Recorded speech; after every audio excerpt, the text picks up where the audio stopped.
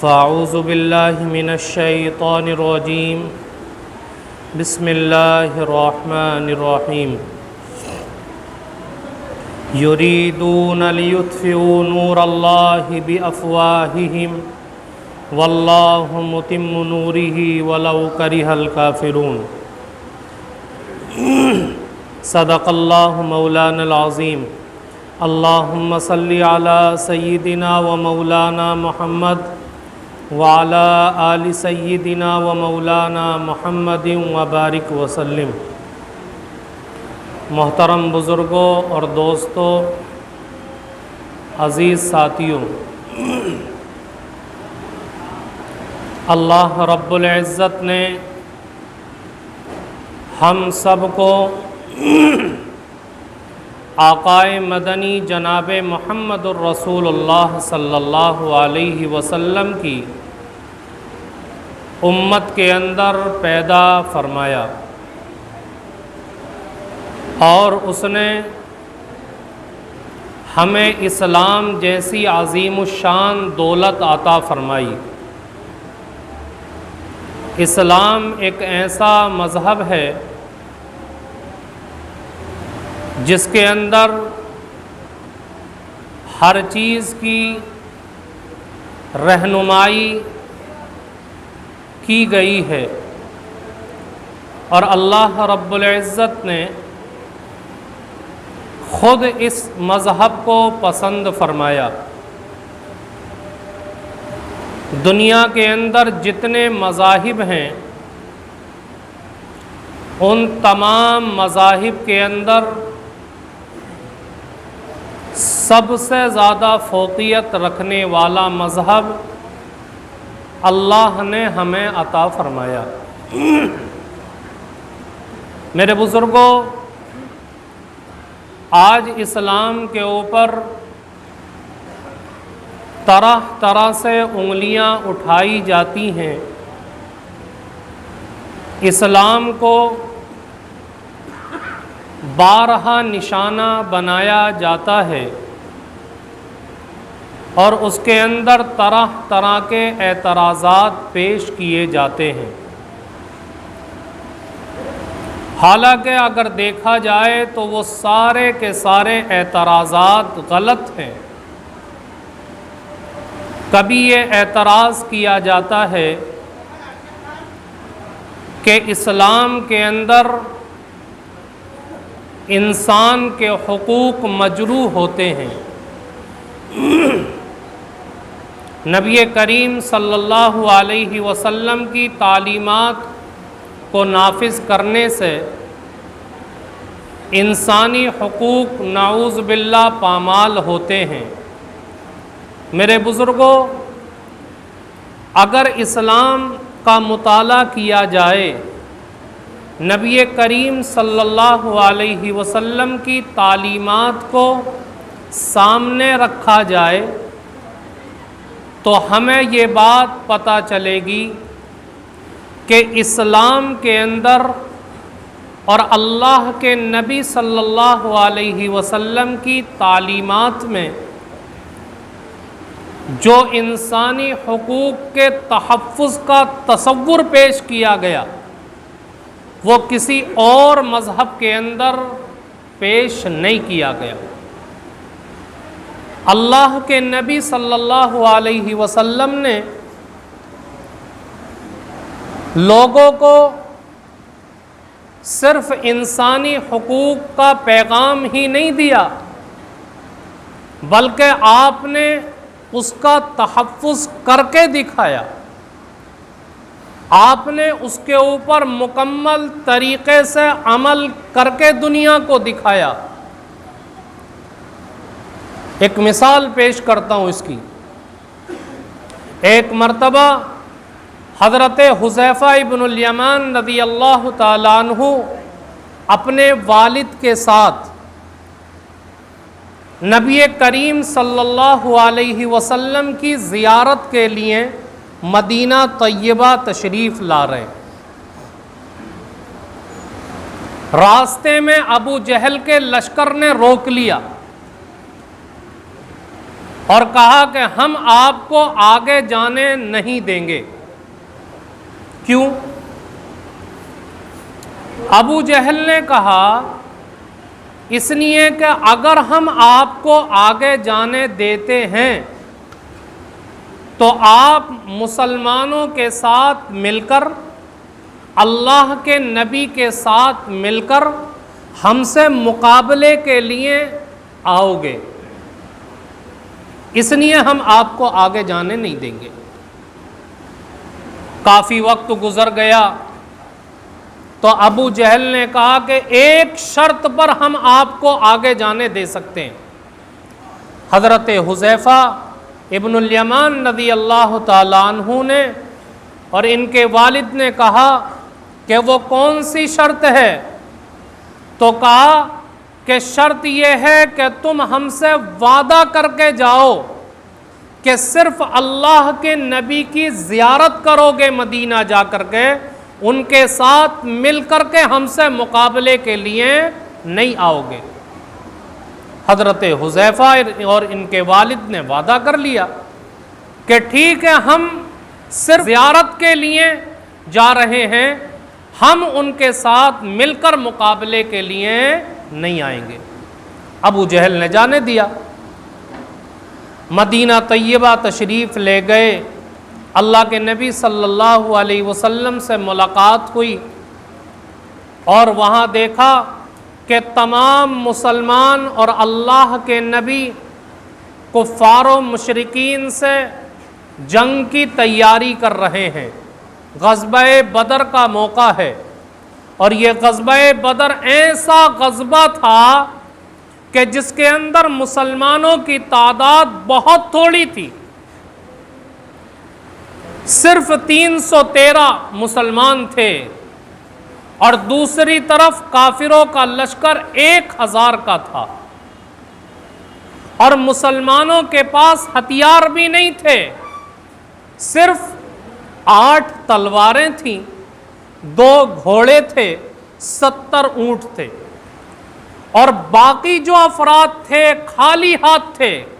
کسی نے اپنے ہاتھ میں ڈنڈا اٹھا رکھا ہے، کسی نے اپنے ہاتھ میں پتھر اٹھا رکھا ہے، اور کافروں کا جو 1000 کا لشکر تھا پورے ہتھیاروں کے ساتھ لیس تھا۔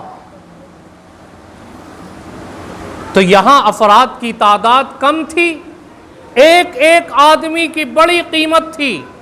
تو حضرت حذیفہ اور ان کے والد نے بھی کہا اللہ کے نبی، ہم بھی چاہتے ہیں کہ آپ کے ساتھ اس غزوے کے اندر شریک ہو کر کے کافروں کے ساتھ لڑیں۔ اور چونکہ اللہ کے نبی صلی اللہ علیہ وسلم نے بشارتیں بھی سنا دی تھی کہ جو غزوہ بدر کے اندر شریک ہوگا اس کے اگلے اور پچھلے تمام قسم کے گناہ معاف ہیں۔ تو ان کی خواہش بڑھ گئی، انہوں نے اللہ کے نبی سے کہا اللہ کے نبی، ہم بھی چاہتے ہیں کہ آپ کے ساتھ اس غزوے کے اندر شریک ہوں، اور جو فضیلتیں آپ نے بیان فرمائی ہمیں بھی وہ فضیلتیں مل جائیں۔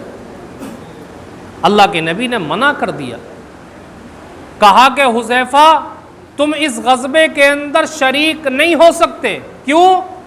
اس لیے کہ تم وہاں پر ابو جہل سے وعدہ کر کے آئے ہو کہ ہم صرف آپ صلی اللہ علیہ وسلم کی زیارت کریں گے، ہم ان کے ساتھ مل کر آپ سے مقابلے کے لیے نہیں آئیں گے۔ اگر تم آج ہمارے ساتھ مل کر کے کافروں سے مقابلے کے لیے جاؤ گے تو جو وعدہ کر کے آئے ہو ابو جہل سے، اس وعدے کی خلاف ورزی ہو جائے گی، اور ہم یہ نہیں چاہتے، اسلام یہ نہیں سکھاتا کہ وعدہ خلافی ہو۔ میرے بھائیوں، ایسا مذہب اللہ رب العزت نے عطا کیا، ایسا بہترین اور اعلیٰ درجے کا نبی عطا کیا جس کی تعلیمات یہ ہیں کہ وعدہ خلافی بھی زندگی کے اندر کسی کے ساتھ نہیں ہونی چاہیے۔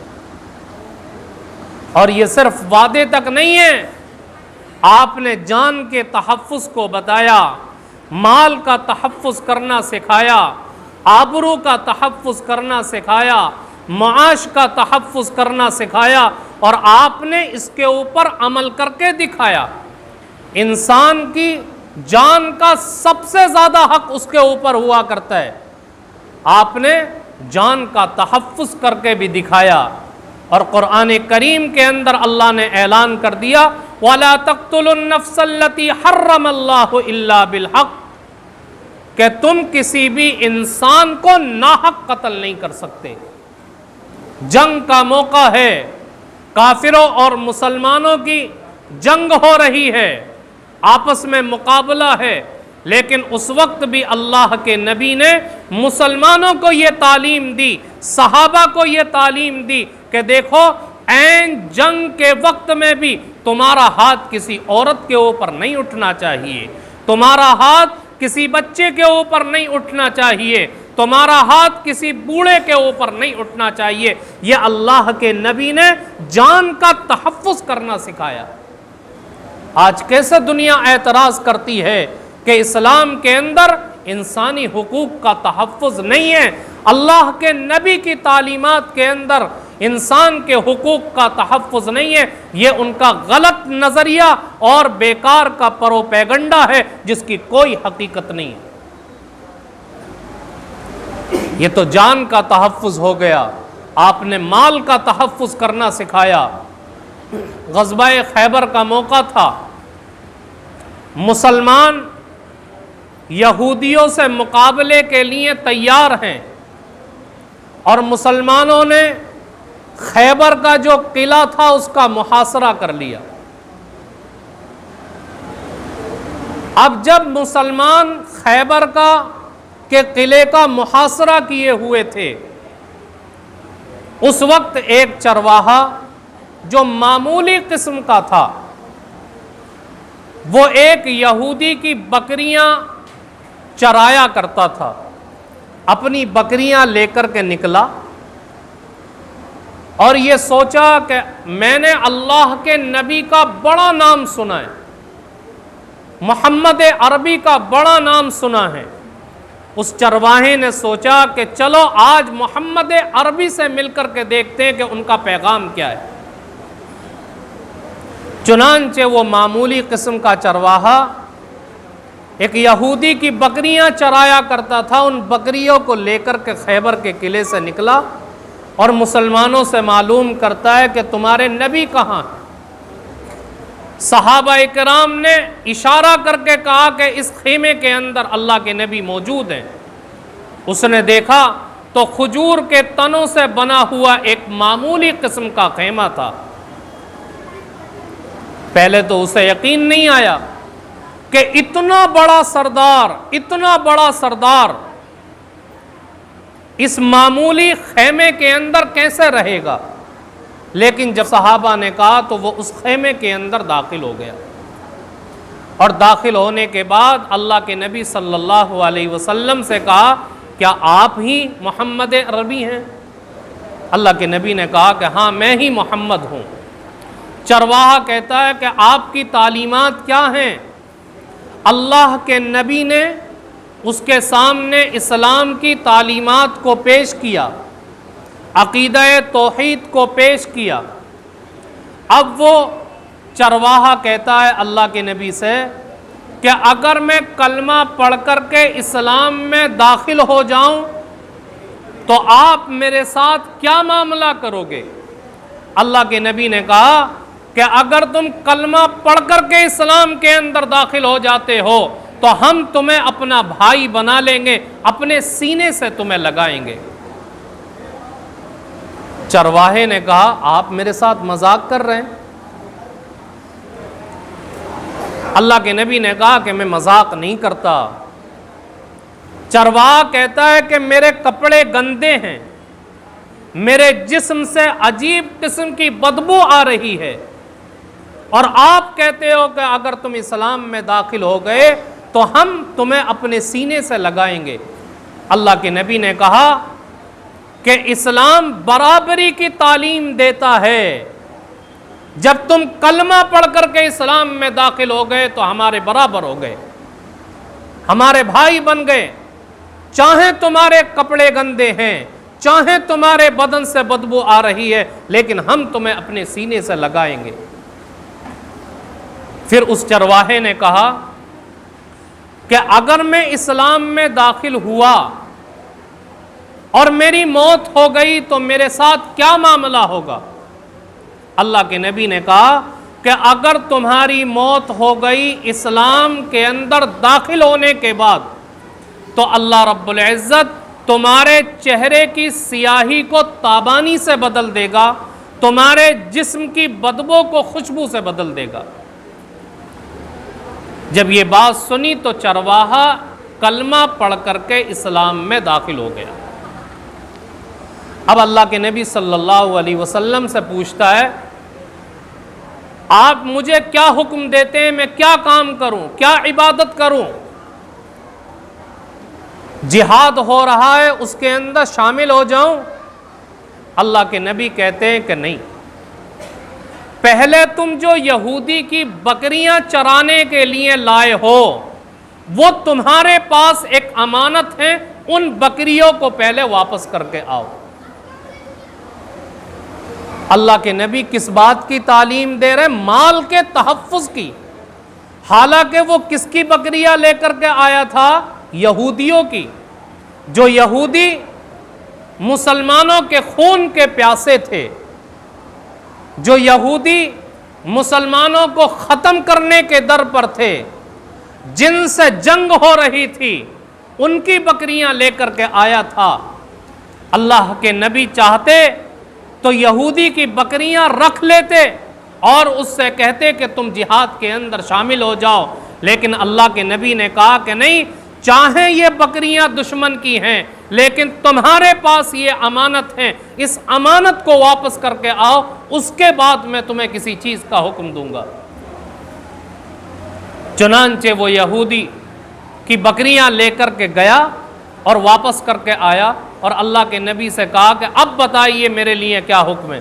اللہ کے نبی نے کہا کہ ابھی نماز کا وقت بھی نہیں ہے کہ میں تم سے نماز پڑھواؤں، رمضان کا مہینہ نہیں ہے کہ میں تمہیں روزہ رکھنے کا حکم دوں، تمہارے پاس مال نہیں ہے کہ زکوٰۃ کا حکم دوں، ابھی تو صرف ایک عبادت انجام دی جا رہی ہے جو تلوار کے چھاؤ تلے دی جا رہی ہے، تم جہاد کے اندر شامل ہو جاؤ۔ چنانچہ وہ چرواہا شامل ہو گیا اور اس کے بعد جہاد کرتے کرتے شہید ہو گیا۔ اللہ کے نبی کا ایک معمول تھا کہ جہاد ختم ہونے کے بعد آپ چکر لگایا کرتے تھے اور جو لوگ زخمی ہو گئے، جو لوگ شہید ہو گئے، ان کو دیکھا کرتے تھے کہ کتنے زخمی ہوئے، کتنے شہید ہوئے۔ آپ جب چکر لگانے کے لیے نکلے تو ایک جگہ صحابہ کرام اکٹھا ہیں، اللہ کے نبی نے معلوم کیا کیا ہوا، کہا اللہ کے نبی یہ بندہ شہید ہوا ہے لیکن ہم میں سے کوئی اس کو نہیں جانتا یہ کون ہے۔ اللہ کے نبی نے دیکھا تو وہی چرواہا تھا۔ آپ نے کہا کہ میں اس کو جانتا ہوں اور میں دیکھ رہا ہوں کہ اللہ نے اس کو غسل دیا، اس کے چہرے کی سیاہی کو تابانی سے بدل دیا اور اللہ رب العزت نے اس کے جسم کی بدبو کو خوشبو سے بدل دیا۔ اس واقعے کے اندر اب آپ غور و فکر کیجئے کہ اللہ کے نبی نے کس طریقے سے مال کے تحفظ کا تصور دیا، اور آپ نے صحابہ کو سکھایا کہ اگر کسی کا مال تمہارے پاس رکھا ہوا ہے، کسی کی امانت تمہارے پاس رکھی ہوئی ہے، چاہے وہ دشمن ہے، چاہے تمہارے خون کا پیاسا ہے، لیکن اس کے مال کو بھی ہڑپ کرنے کی اجازت نہیں ہے، اس کے مال کو اس کے حوالے کرو، تمہارے لیے اس کا استعمال کرنا، اس کا کھا جانا یہ کسی بھی طریقے سے جائز نہیں ہے۔